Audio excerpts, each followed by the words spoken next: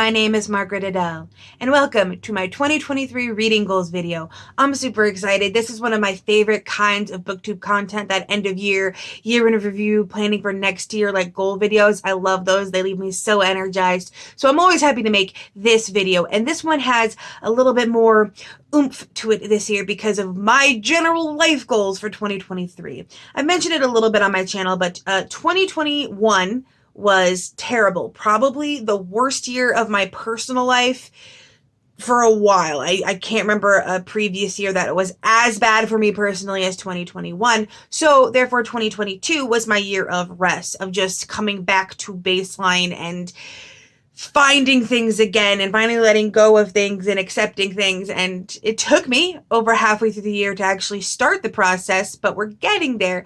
And because we did this year of rest, going into 2023 is going to be my year of growth and creativity. I have taken to wearing a specific kind of crystal necklace for the years as a symbolic reminder of what I'm trying to do that year. So for example, 2022 was a Unikite necklace, which I can't find, which also feels symbolic. And that was about grounding and health. And then my crystal for this year is citrine for creativity and that kind of growth. Do I believe that the rocks actually have magical auras? No, but I love the symbolism of essentially wearing my goals around my neck. So now that we have the general vibe for 2023 that I'm going for, what are the actual goals that I want to accomplish? First, let's start with the standard one, the one that never changes. How many books have I put on my Goodreads goal, or how many books will I put? And that is 100. It's been the same every year since I started doing this. And it's kind of a moot point at this point because I literally never read under 130 in a year. And there's an argument to be made that it should be higher. However, I have my Goodreads goal set to be completed somewhere around the September-October mark. So that way I don't feel like I'm pushing myself during the holiday season. So technically it's not really a year-long goal for me. It's a first 9 to 10 months of the year goal for me. And I don't really need it to be higher because I'm already reading a large number of books. So that's honestly not something I'm going to be fixated on. I would like to get back to reading up to 150 at least once again. I've done it a couple times, but not this year. This year I only made it up to 145, or at least that's what I'm on track to read right now. But I don't need more pressure in that area. I already feel like I should always be reading more, so having the number be higher just doesn't serve a big purpose. Up next is another goal that I've tried before, but 2022 is the first year I actually did it, and that is I want to beat the Pop Sugar Reading Challenge again. This is a reading challenge by the media brand Pop Sugar with 50 prompts, some of which are considered advanced. And I have tried this so many times, but 2022 was the first year I actually beat it. And I only beat it with like 5 days to spare in the year. So I think I could beat it earlier in 2023, especially because 2023's prompts seem just tailor-made. Just tailor-made for me. There are prompts like read a self-pubbed book, read a book bought from an indie store. There aren't really any of those read a book from this award situation, which is what threw me a lot during 2022's reading challenge, and I'm super excited. And it is so funny to me that they put read a self-pubbed book as like an advanced prompt because that's like 80% of what I read. So if you're someone that doesn't read a lot of indie but is watching this and you're struggling with that prompt, let me help you. I will help you. I have literally hundreds of recommendations I can give you. Let's do this. I want more people reading indie, but I really think that I can manage this in 2023 because now I have actually beaten it before and I'm feeling really energized for the prompts for 2023. I feel like I finally have a strategy that works for me and actually beating it, although I do want to beat it earlier because I don't like having it still be a thing in December and I have to like rush through a bunch of books and push off a bunch of review books to get to it. But regardless, really excited and I think I can beat it again. The next goal is not a hard and set number so much as it is a generalized emphasis, and that is I want to read and finish more series. I am really bad at continuing series. I'll read the first book in a series and be like, oh, that's cool, I want to read what comes next. but for some reason I'm not in the exact mood to continue with it, or I have other books that I feel like I need to get to first, and so I'll put that down, go to the other things, and then I'll realize that I totally forgot to write down that it was a series, so I don't think to continue it, and then by the time I'm like, oh yeah, I should go back to it, it's already been months, if not years, and I don't feel the same forward momentum to continue with it, and as a result, I end up like dropping a lot of series just out of inactivity. Now, this does not mean that I'm going to make a point of starting a bunch of new series, only because there's just so many out there, and I don't want to feel overwhelmed with all the series and feel like I have to complete this series. I've gone through and I've DNF'd a lot of series just making a point of it and saying like, I am not going to continue this series because of a decision rather than just forgetting.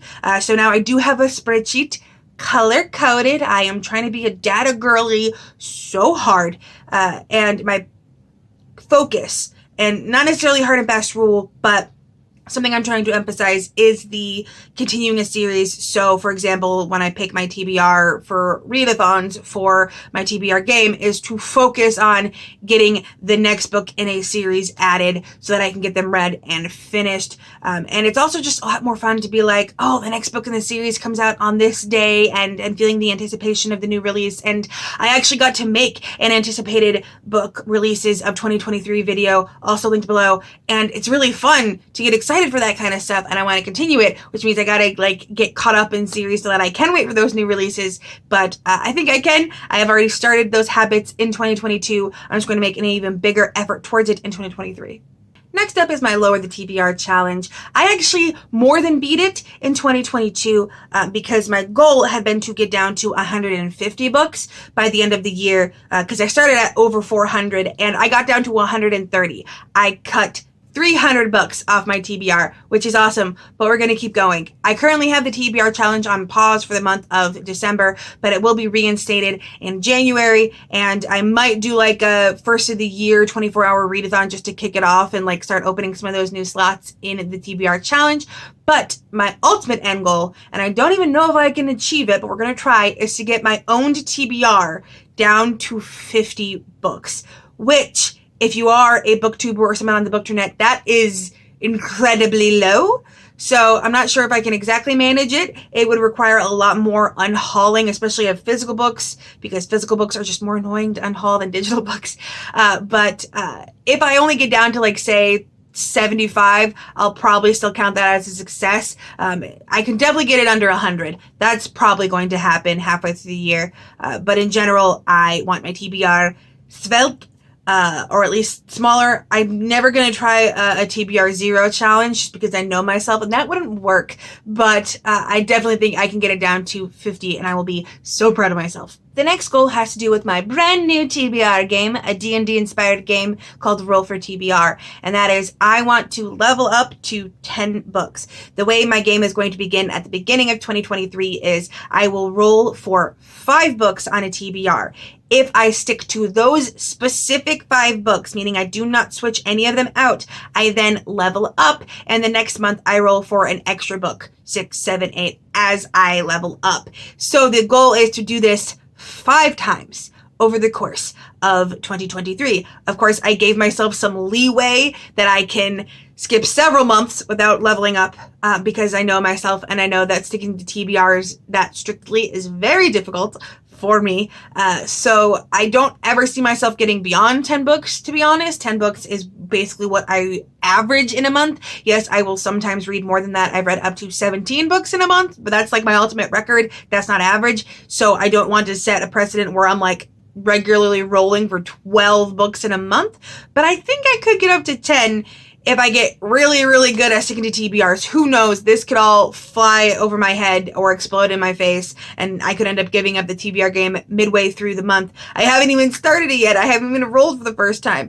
So I'm a little bit anxious about it, but I think it could be fun if I could actually achieve that. Next up is more of a life goal for the new year, but it does tangentially relate to my reading, so we're going to include it here, and that is I want to start using a planner. I have a planner, it's right here, and I wanted to do a weekly planner where I could be like, okay, here's what we're doing every day. And I like this planner specifically because it has this week's goals and like a general to-do list, and then lets you like divvy out each day that you're going to do those things on. I already work with a bullet journal for like more daily habits, but this would also include things like what day do I want to do the dishes on? What day do I want to go to the bank on? And I love the idea of being able to include that kind of stuff farther out. I've already discovered the joy of prepping for the week on Sunday nights and how it kind of like lessens some of my anxiety on Sunday nights. You know, that weird hazy feeling you get right before the work week begins. And I want to do that more here. But of course, since this is a planner, I have included like my reading stuff. Like I have on today's, we have goals video. So I am currently already working through my planner on this, and I'm really excited for that. But in general, I feel like I can organize my life even a little bit more and maybe take away some of the issues that I've had with feeling blindsided by things that I need to do that I should have remembered that I needed to do. My husband is already like, oh no, you will be unstoppable with a planner. And I hope he's right, because I really just want to organize my life a little more. The last goal is probably the biggest, and that is I want to actually get more active on this channel again. Early on, when I first made this channel in 2018, I had made the goal to post once a week. In fact, my goal had been to read 4 books every month and then just talk about each of those books during the weekly video. And it is laughable that I thought that's what I was going to do. But in general, I want to get back to weekly videos that are not indie reviews, mostly because I can't control the rate at which I put out indie reviews with any regularity, because they require reading a whole book for it. And also I can't control when I'm going to be in the mood for that. And I want to start putting out more of the other many ideas I have. For example, I am working on a sequel to the neurodivergent and disability in genre fiction list. A lot of people seem to like that one. I am going to do, I'm making a video for the religious trauma girlies. That one's going to be fun. And in general, I want to start putting out more, especially indie book focused content, because I've noticed with the multiple gigantic trash fires that traditional publishing has laid out for us in 2022, a lot more people are making a purposeful point to search out indie books. And as someone who has been reading literally hundreds of them, please let me be the person to give you some of those recommendations to get you started reading indie. Please. I would like to be that person. And so if you have any suggestions for recommendations videos you would want to see, like my favorite indie YA fantasy books, my favorite indie books that are just truly strange, like that kind of stuff, I would love to get more into those recommendations videos. I might pull in some tags, although it seems like tags on the general bookternet have kind of died down, but I have an entire notebook that I am filling up with ideas of non-review videos that I want to get out. I have an actual entire like script for a video essay that I have literally all written out, but unrecorded. So I want to get more into that stuff, maybe get more into some more serious topics. I really like the idea of putting out regular videos that's not just another indie review, although of course I will still be continuing indie reviews. So it might be that one week you'll get 2 indie reviews and the weekly video. I don't know. I would love to be putting out a lot of content, but we'll have to see how this all goes. Regardless, I won't be doing any kind of subscriber goals. I never do, purely because the idea of giving myself a goal that I have no control over doesn't make any sense to me.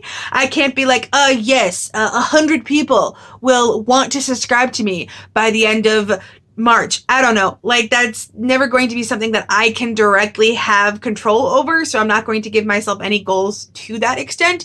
But who knows? I recently got a pretty big shout out from a bigger booktuber in a couple ways, and I have gotten more subscribers from that. If you're here watching this, thank you so much for hanging around. And I hope that maybe being more active in the future could help with that. Maybe I'll finally buy a really good camera this year and make a whole go of this. I'm not sure. Right now, I just want to put out more content and get back to what I was before. And that is it. My goals for 2023. I am really excited. I'm feeling really energized. This time last year, I was limping to the finish line. I was in a haze. I was like, just make it be done, please. And this time I am like, yes, let's get into the new year. Let's do stuff. We're going to make this work. And I am so excited for it. I really think I can make a go of this in many different ways. I am really excited. I'm so excited about that planner. I might be a boring adult because I am like, yes, let's plan out the weeks and do all the things. But regardless, if you have any goals for the new year, whether they're reading goals, whether they're more generalized resolutions, please let me know. I love resolutions. I hate when people are like, oh, you're just going to drop them. Like, yeah, maybe you'll drop them, but isn't it really fun to plan and try things? Isn't it really fun to be hopeful about your future? And I would love to know what you're hopeful about in 2023. Let's put the vibe out there. And with nothing else to say, I hope you have a wonderful day and a marvelous 2023.